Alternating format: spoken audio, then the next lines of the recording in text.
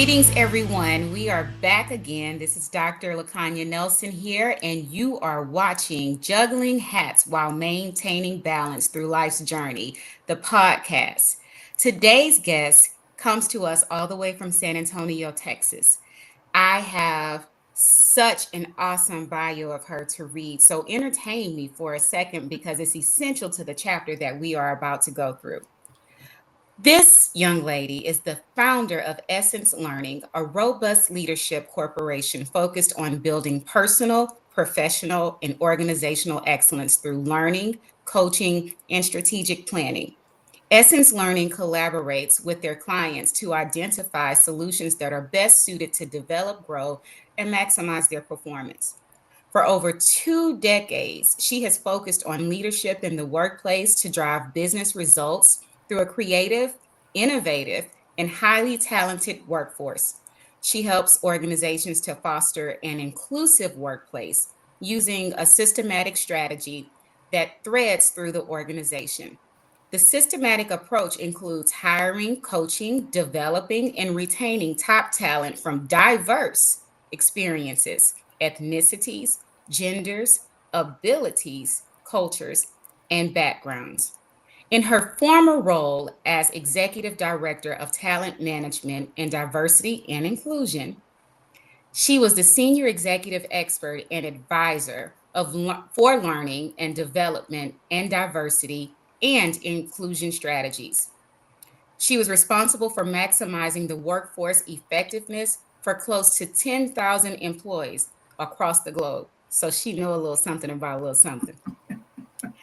She was with a team of professionals, effectively executed the business initiatives for performance management, learning and development, employee engagement, and community involvement.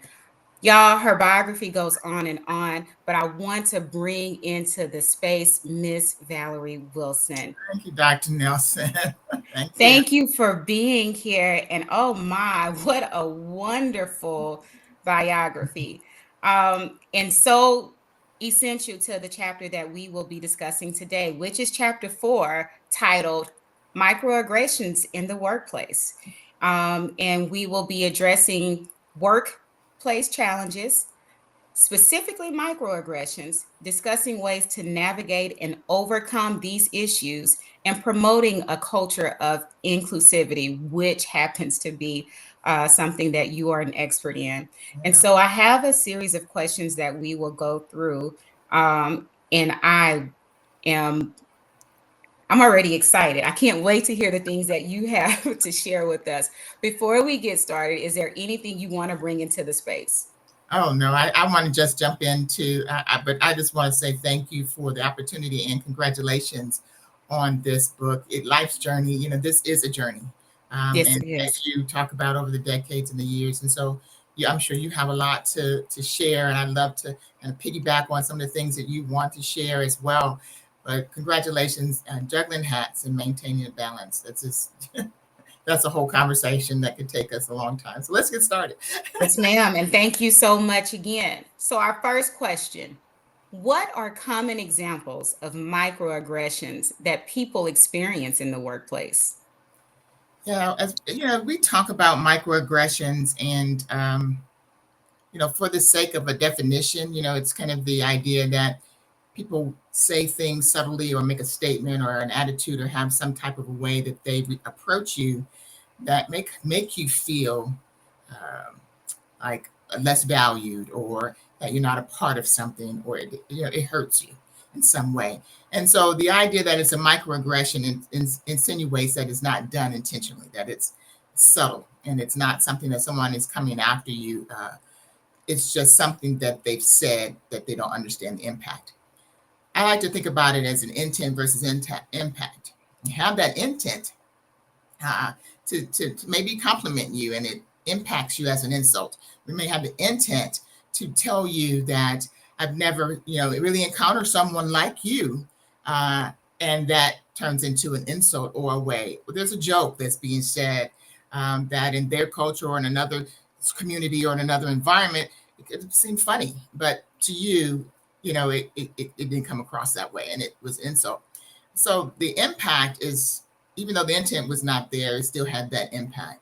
And so we think about how that shows up in the workplace and the impact that it has on you personally, but it also has an impact on those that are around you and your coworkers and the actual organization itself. And so that's kind of some of the things that why it's so important. It's not just, oh, my feelings got hurt, right? It's more of, really what was your intent.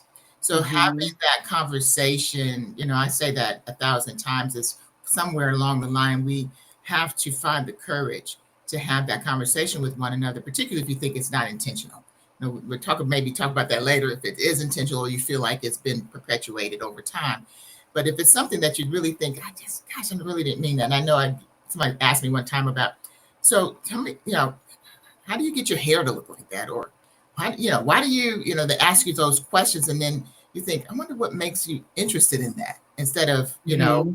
trying to go, what do you want to know about my hair for? But it's like, what caused that interest? And Right.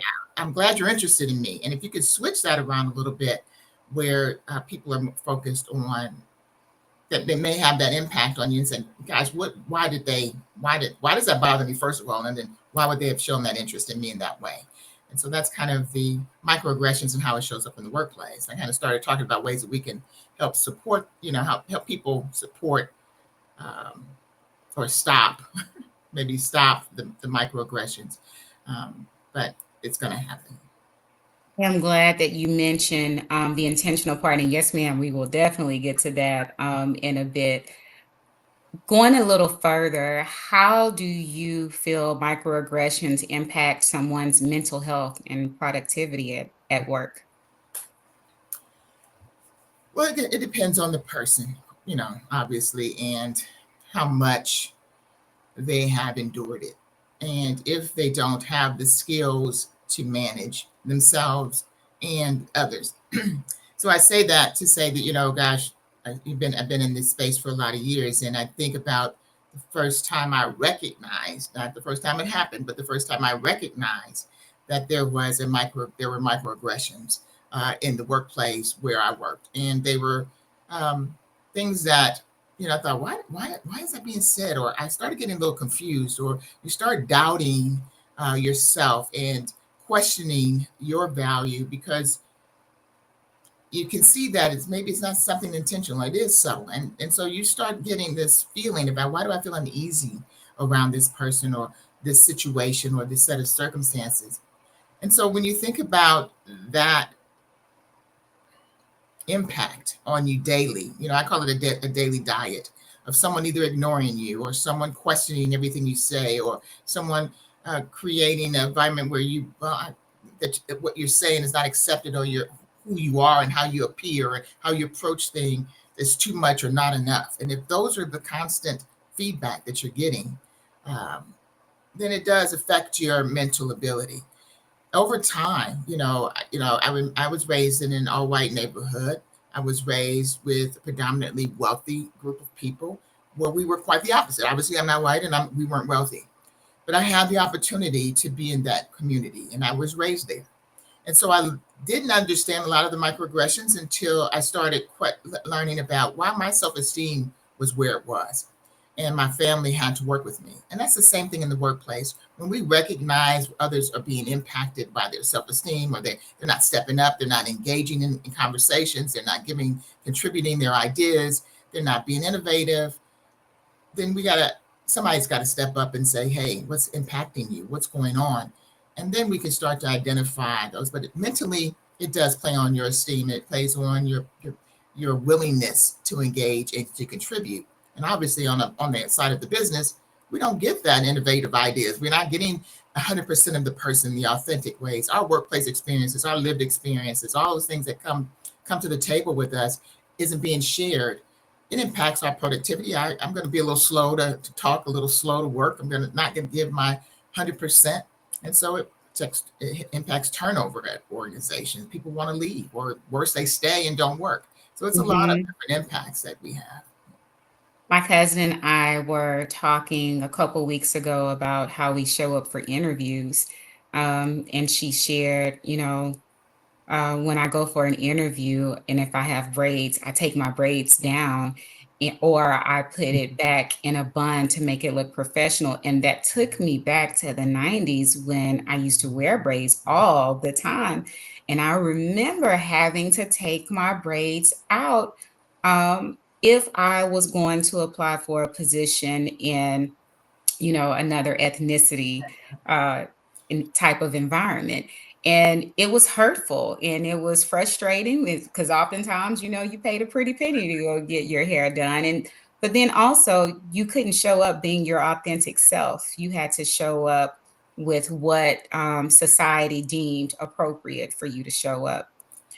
And Um, unfortunately, that starts you at a different place, mhm, even from the interview process with an organization where you feel that that's where you have to show up in order to be accepted.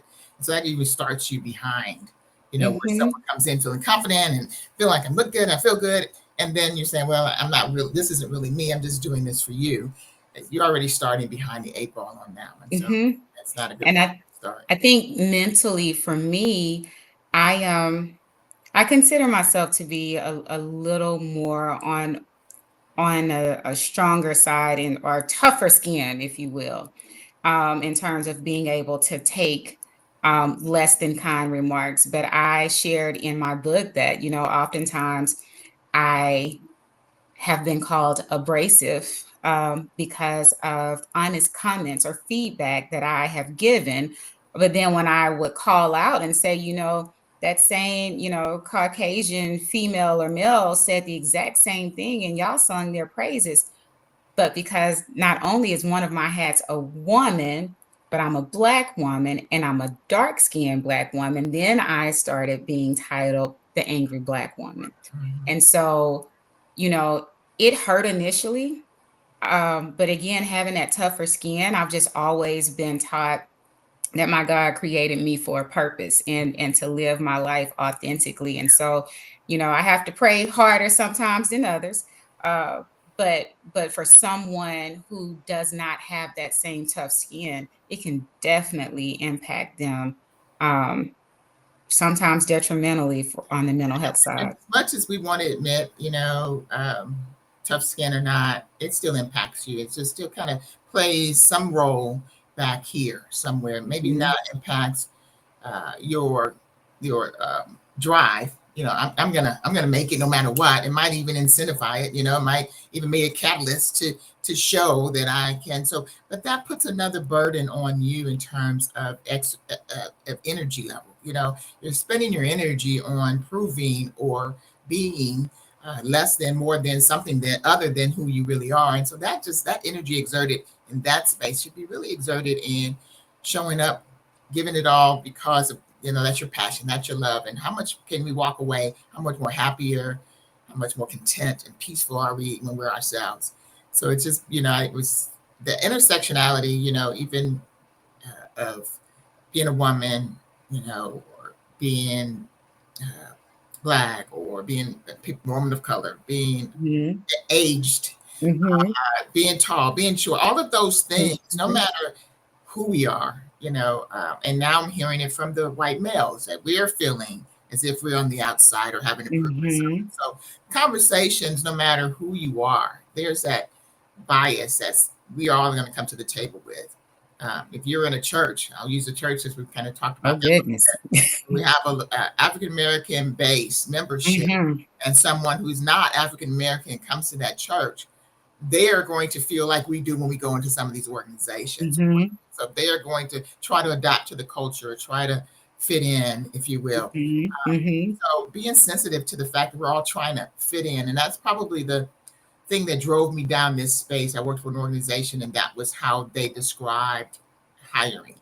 And they will hire you. It's that person. Does that person fit our culture? Does that person fit in? And I was like, I don't even understand that concept. And so mhm. once I started digging into fit in and what is our culture and why is it necessary for me to have that if I have the skills to do the job, what's the culture that I'm trying to fit in? And so that became my real catalyst for how I got into this space back in Are 20. you reading my mind? Because the question that I wanted to ask, which was not the next question, was what led you to this? Because it's often sometimes our personal experience that leads us to a passion in, to do more to help others Mhm. in our careers.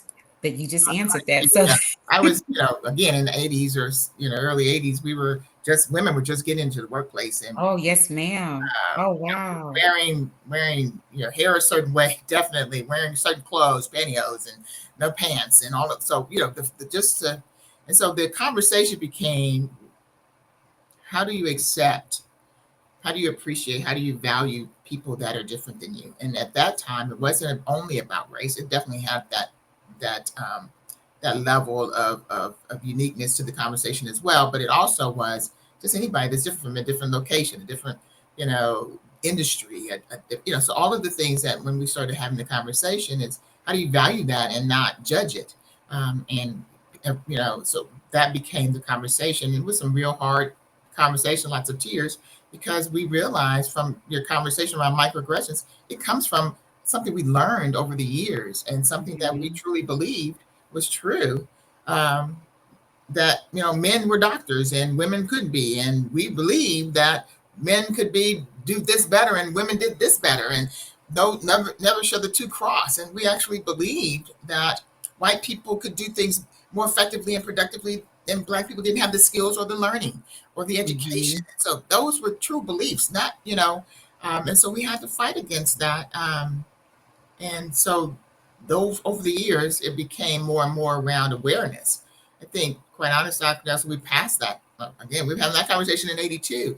To still be having the conversation in 2025, it's like unacceptable. We all know Yes, that microaggressions exist. We all know that we have biases. We all know that we operate and they influence the way we make decisions. It's now time to take some action and start to manage the way that we treat one another. absolutely. Absolutely. How or what role does allyship play in combating the microaggressions in professional settings? As you talk about, like, hey, now it's time to do something. Let's put action into place. Yeah, it's a good question. I struggle a little bit with allyship, um, only because I don't want it to sound as if I'm relying on someone's voice instead of my own. So, as an ally, I want you to show me, coach me, mentor, give me the tools and the resources to have my own voice, to have my own stand, to have whatever my opinion is. Um, because an ally seems to be like someone that is agreeing with you. And when Hmm. that doesn't happen, or they're in the same space, or they empathize or sympathize, and if they can't, then they're so I want an ally. I want someone who can stand in the space and say, "What's your voice?" And no matter if it's mine or yours or different, let's create the space to hear it. So it's not just an ally for LGBTQ or African American or for women or for a certain cause or a certain position. I think an ally is someone who stands in the space to say who has a voice to talk about this particular thing, or who has an opinion or a perspective that we need to make a decision, or what do we need to do in order to be more productive, and what are some ideas. Who is that person that's going to stand there and say, I need more voices. I need more uh, perspective. I need more people that are willing to go against the grain, who can make us think outside the box, and that to me is an ally. So I think it's huge that every leader, particularly now say leader, and you define leader as you want. I think that every leader needs to be an ally in the space of creating an inclusive workplace. Everybody needs to stand up and say, "We haven't heard every voice. We haven't haven't allowed others to contribute. I'm standing in Hmm. the gap for someone else." And that's Hmm. fine. But I think every an ally should be every leader that can give a voice. And I know I look at it a little differently. You actually went into the next question, but it brought to mind, and you also mentioned this a few questions ago about multiculturalism. And so for someone to have that type of mindset of inclusivity, they would have to learn more about different cultures. And so in your work, how do you promote leaders to learn about different cultures or, the population of people they serve or work with? Yeah. we start the conversation around sensitivity, around how sensitive I am to different differences, regardless of what it is. How comfortable I am in a space where I may be the only, or I may be the majority, or how comfortable I am in those spaces. So we got to do some self awareness, some self assessment, some real talk. But the purpose of that is for us to kind of first identify that there are individuals. Every time we walk into a space, it's going to be different.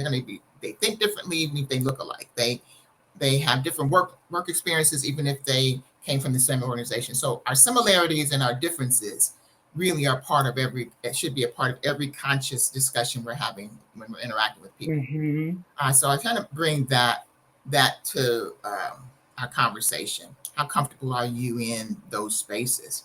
Um, and a lot of times our leaders are saying, I don't know everybody's differences, and I don't want to hurt people's feelings. That's not my intent. But it seems like we're walking on eggshells these days. It seems like everything I say hurts someone's feeling because it's so many differences, right?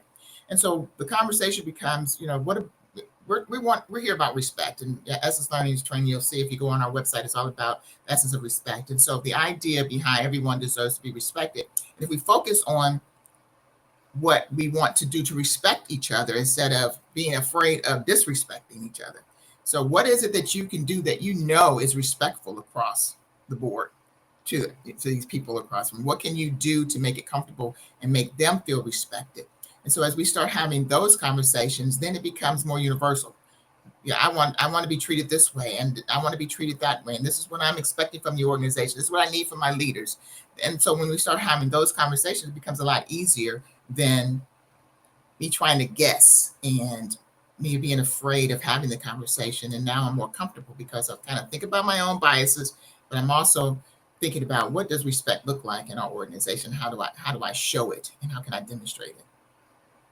How do you encourage someone to have, or an employee to have that conversation when their employer seems to be authoritative or aggressive? Yeah. Well, again, it's courage, and it's a decision. I defined it as your ability or your capability. I don't push anybody beyond or think anybody should be pushed beyond their ability or capability. So if you don't have the ability to have that conversation or to protect your own self from the hurt or the mental anguish that perhaps that conversation would bring, then you make another decision. But if you have the ability and you have these tools, and that's I think I want to give everyone, no matter where you start, Hmm. that voice. That's what I'm in the space for. Um, so if you don't have it and you want to stay there, and you say, "This is where I want to be. This is what I want to do. This and this just this one person or this environment, and I want to be a part of the change." And that's where I was. I was part of a change, part of a organization that just did not demonstrate respect towards people that were different than them. And I wanted to be a part of the change. I didn't want to run away from it, but I had to get the skills and the ability. And so my recommendation is go learn, go get an understanding, go get that courage, go get that support before you get into the conversation. Don't get into the fight if you're not ready. If you haven't, got the training and you haven't gotten the skill sets, don't start to have those conversations. But once you get it, and you can get into those conversations and you be a part of the change, I think that's huge. That's victorious. But I don't encourage anyone who doesn't have the ability or the capacity to manage that to get into those conversations, because they can be very, very detrimental if to either your career, your mental health, your income, so your progression in the organization. So don't just go out there just having a fight for the sake of having a fight. Understand what you're trying to get out of it, and what you can accomplish, what you can influence, what you can change, and be real about that. You have somehow answered We talk a lot. most of these questions, but you know what, they're all connected in a certain way, and so the questions were breaking down things that you've already brought together. So then, on that note, what are, just based on your experience in what you do, I don't know if you want to share the top three goals, or the top three things people should do as an employer or as an employee or even together, um, to create a workplace that is diverse, and inclusive. Yeah. I'll answer that question, but I want to ask you a question before I do that. Yes, ma'am. What what created the urge for you to add this to your book, to this journey around microaggressions? And then maybe I'll piggyback on that to kind of talk about what are some of the tips we can give. But if you can kind of think back to when you started writing that chapter, what was the incentive behind that chapter as you relate it to a journey, right? Wow. So many things. Um, I lead a team of 20 plus, assessment and speech team. I'm also a supervisor of, some licensed professional counseling associates, my colleagues, my own personal experiences. I am still to this day dealing with many microaggressions, because I am very matter of fact. And so I always am told, can you soften it up? So, I'll put a little fluff in the beginning of the email that I'm straight back to the point, because why am I going around, the corner to say the things that need to be stated? And it's very matter of fact. It's professional, it's not personal. I just get right to the chase. Um, but just listening to so many stories that sound like mine, and listening to the hurt from, when people didn't feel heard, when they experience racism, even students and parents that I work with, dealing with, you know, teachers or administrators who didn't understand them, or dealing with, minorities being disciplined by non-minorities because they don't understand their culture. And I've had to step into the space and say that child actually was not disrespecting you. That is something that this child learned within their culture. And you, as a leader, must learn, the cultures of the student population you work with, so that you can understand, that many of the things that are said to you are not disrespectful. They really are wanting to know more. They're trying to learn more. So they're not defying authority. They really want you to explain things to them because they really don't understand. So it was more than just my story. It's been, um, I think I've gotten numb to it because, I think I may have heard it a few weeks ago. Um, it comes all the time for me, but just being a voice in a space for others to help them to overcome as well. Because again, I've seen the tears, I've seen the hurt, I've seen the pain. And like you said, enough is enough. Like we started this conversation, or you did decades ago. And, to still be having these same conversations now, it's time to actually start putting actions in place. And so hopefully, um, this chapter in my book will help to begin putting those actions in place. Awesome. Well, that's kind of the tip I have, is to understand the other person's perspective. So I ask because I don't like to answer questions about a tip if I don't really understand what drives the question. So I think when we have questions, we should ask them. If I'm coming across, you tell me I'm coming across assertive. God knows I've been told that more times than not. Um, how does that impact you? How does that bother you? What impact is that having on you? Because I want to be responsible for my impact. So there are some people who can take my assertiveness, and there's some who can't, right? And I Mhm. want to be sensitive to those who may be offended, or may feel hurt, or may feel closed up, or don't know how to respond, because I'm coming across assertive, particularly if I'm in a hurry, or I've got my own things going on in my head, or I've talked about it 3 times and I'm tired of talking about it. And I'm just give it to you straight. Mhm. So, you kind of think about what impact am I having on you? Because that's the point. I want to be an influence to you. I don't want to be a dictator or push you or make you do things, but I want to be an influence. So that's the first thing I do. So my first recommendation, and part of my training, is the first thing you want to do is manage yourself. You want to start asking yourself, what is causing me to be uncomfortable in this situation?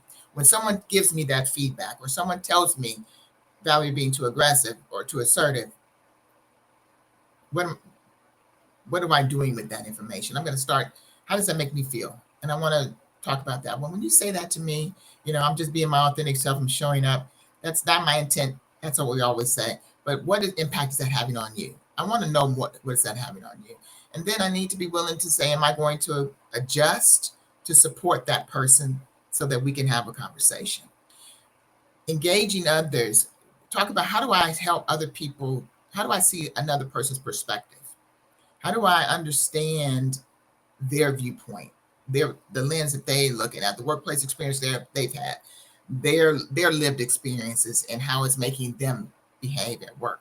I shared a little bit about someone asking me about my hair, and in our community, it's like, can I touch? Can I? What do you? What's the interest? It's not that. Mhm. What's the interest? Are you interested in knowing more about me? And if that's the case, hey, let's go to lunch. Let's sit down and talk about it. And I'm not afraid to share with you. I want to share. But what's your interest? I want to look at their lens. What are you trying to get to? What are you interested in? And then get some education around those things. I know I used to manage. I could tell you, I managed quite a few people. And one of the things that we did was um, entered information into a computer, and that was one of the things that the folks that worked for me, and they just had to key from information and enter the computer. Well, there was a person who was disabled and was blind. So how are you going to see to enter information into there? So um, I had to learn, because we went to different places to understand how we could be a better organization to help people with disabilities. How could I be a better leader to this person? And understand more and experience it from their lens. This person, people actually turned out to be better at the job than those who were sighted, um, because they had the tools and the things that they needed. But if not given the chance or understand it from their perspective, oh, that's just too much work, or I can't do it. So my next advice would be, manage yourself, manage the impact that you have on others, and then learn other people's perspective. Let them come authentically to the table and share with you what they can and what they can't do, how they are feeling, what they're not feeling, without feeling like they're going to be judged or shut down. And then between the two, let's leverage it. So this is how I see it. This is how you see it. Let's come together and have a conversation. Make it safe for us to have this conversation. I'm aggressive. I'm an assertive person. I talk loud. I use my hands. That's who I am. That's how I show up. I have a friend that I went to lunch with yesterday that she's probably the most quiet, soft spoken person. I met her in 1982 when I was first getting started. And she was teasing me yesterday. She said, whenever something got a little rough for me, I'd come and get you. And you'd step in, leave her alone. This is not, I would be your voice. And I said, well, that wasn't the right way. I should have given you your voice. Mhm. But how do we leverage our differences without changing one another? How can Dr. Nelson show up as authentic Dr. Nelson, and this other person who's maybe quite the opposite from you show up, and the two of you Mhm. still be able to contribute in the organization or on your job? And how are you going to lead people that are different than you? How are people going to accept you as a leader that because you're different? And we've got to be able to manage all of that. So I said, manage yourself, understand the impact that things are having on you and where they're going, understand the impact that you're having on others and take responsibility for that, and then engage people into the conversation and get things from their perspective and understand their perspective. And then the two of you sit down and go, I get it now. I see how you see things. That doesn't mean I'm going to change and agree. And oh, I get it. I see how you see things. I don't, and now how do we manage the difference that's between us, not each other? I don't want to change you, but how do we manage the things that are between us? And So you have to be open to that gotta be change. open. And so we teach that. That's the skill that we Yeah. teach. Yeah. You said in the beginning that this conversation can definitely go on and on. And I'm sitting here trying to restrain myself from Well, let's extending do this it again. conversation. Let's do it again. Absolutely. I think for me, just a lesson for me, take what may be unintentional on someone else's part, have that conversation for intentionality, and then just being open. But yes, definitely, please let's have this Do it again. conversation again. Let's do this again. I thank you so so much, My pleasure. Miss Valerie. If someone is looking for you or need your services, how might they find you? Well, they can find us at www.essencelearning.net. That's the best way to contact us. You can contact us through the website, or you can actually send us an email at valeriewilson.essencelearning.net, and we'll be able to respond to that as well. So those are probably the two best ways to interact with us. Thank you again so much for coming. That is it for today. I don't want it to end, but I know it must. We will do this again. Again, Dr. LaKanya Nelson here with Miss Valerie Wilson. We will see you all next time. Thank you for having me. Thank you for being here.